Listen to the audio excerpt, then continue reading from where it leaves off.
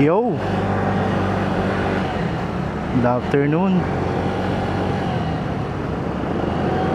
Uwi na.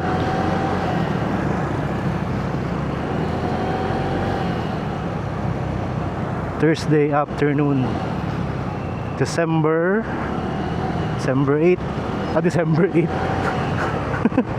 January na pala. Bilis ng araw ah. January 8.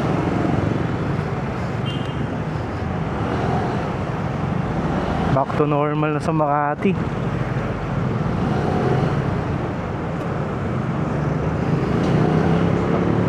Traffic na ulit. Volume ng sasakyan dumadami na ulit.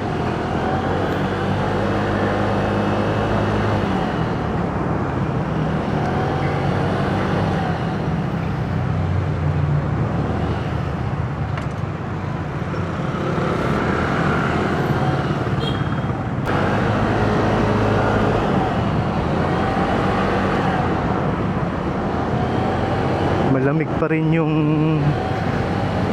simoy ng hangin. Siguro hanggang February pa to. Tapos buong taon na summer ulit.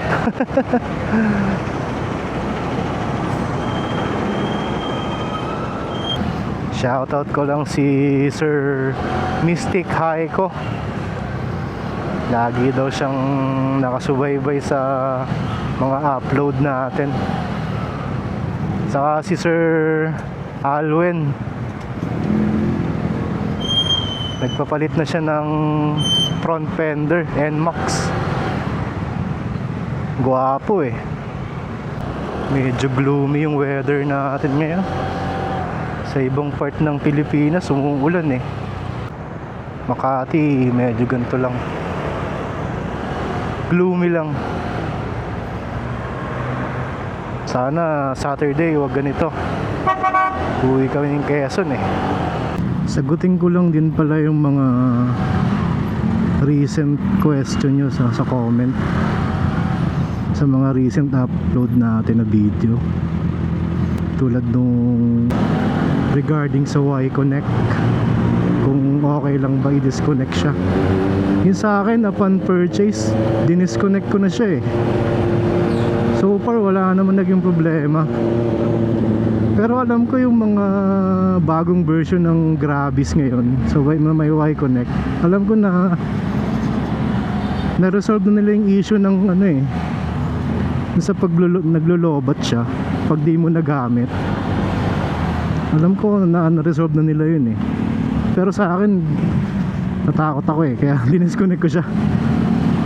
Saka mga batch to ng 2023, yung kasagsagan ng issue na ganon ng Y-Connect,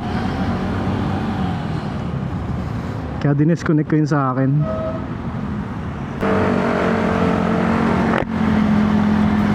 Meron pa doon na nagtanong kung malakas daw ba sa gasolina tong B2. Sa akin medyo malakas eh. Medyo mabigat din kasi kami, 180 kilograms. Tapos depende rin siguro sa throttle habit. Nag-average ako sa city ride ng 36 to 38 kpl.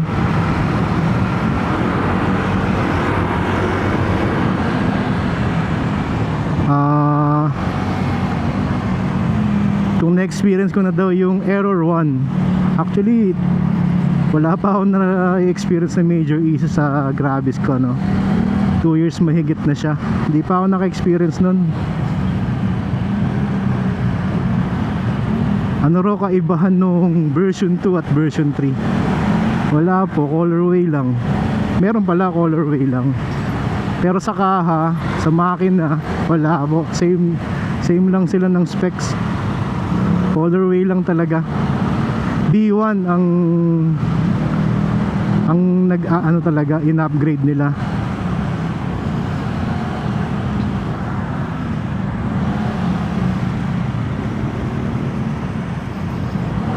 Saan ko daw nabili yung gloves ko?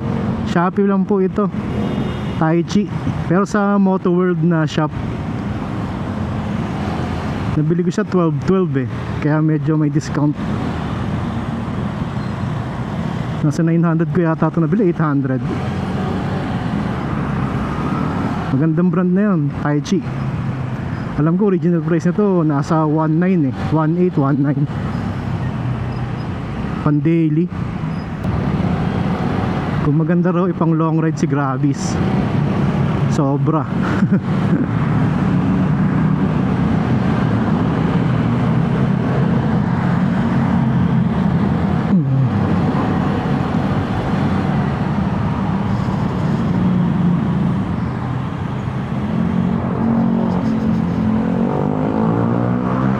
Tapos ito yung laging tinatanong sa mga comment section ko, kung saan ko daw nakuha tong side mirror. RCB po siya, RCB side mirror. Naka ano yung link sa description, kaya lang laging sold out eh. Pag overseas ka naman bumili hindi ko trusted dyan eh.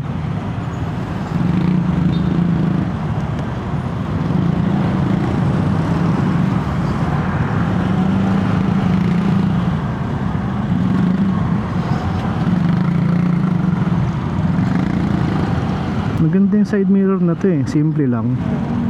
Kaya lang mag-e-effort ka lang talaga pag titingin ka sa likod.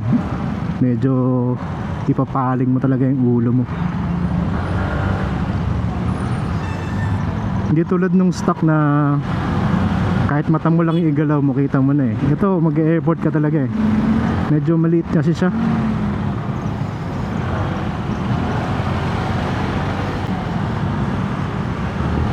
Medyo mababa.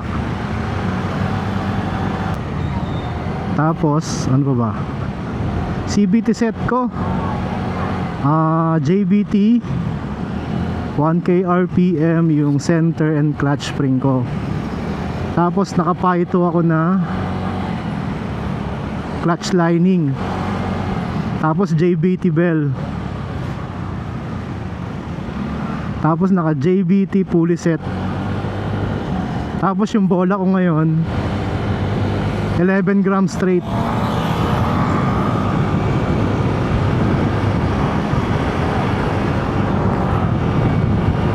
Maganda yung hatak niya.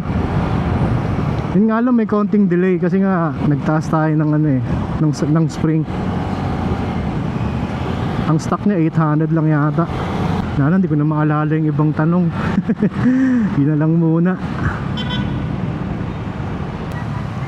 Traffic na dito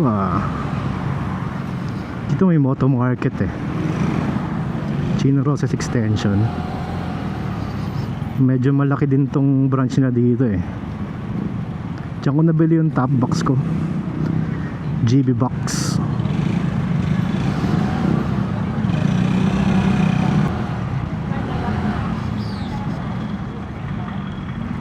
Wow, bumili ni Shoei. Grabe, sobrang traffic na ngayon. Back to normal na talaga. Inadama lang yung maluwag nung holiday season. Balik na ulit sa dati.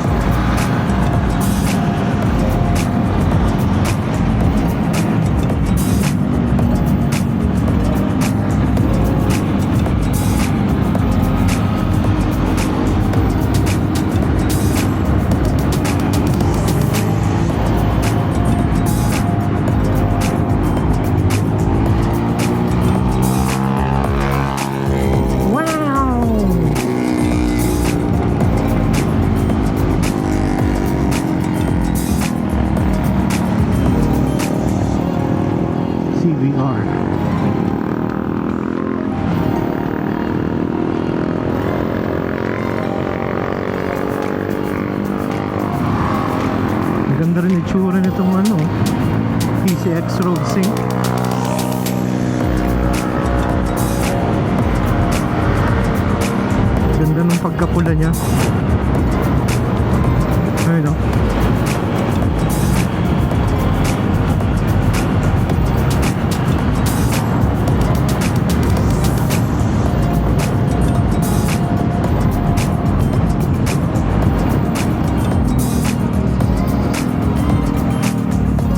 Okay mga sir, dito ko lang tapusin.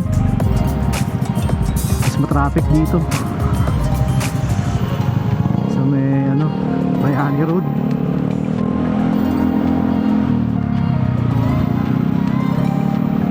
Thank you po sa mga nanonood sa akin, sa mga nag-e-enjoy ng mga upload ko.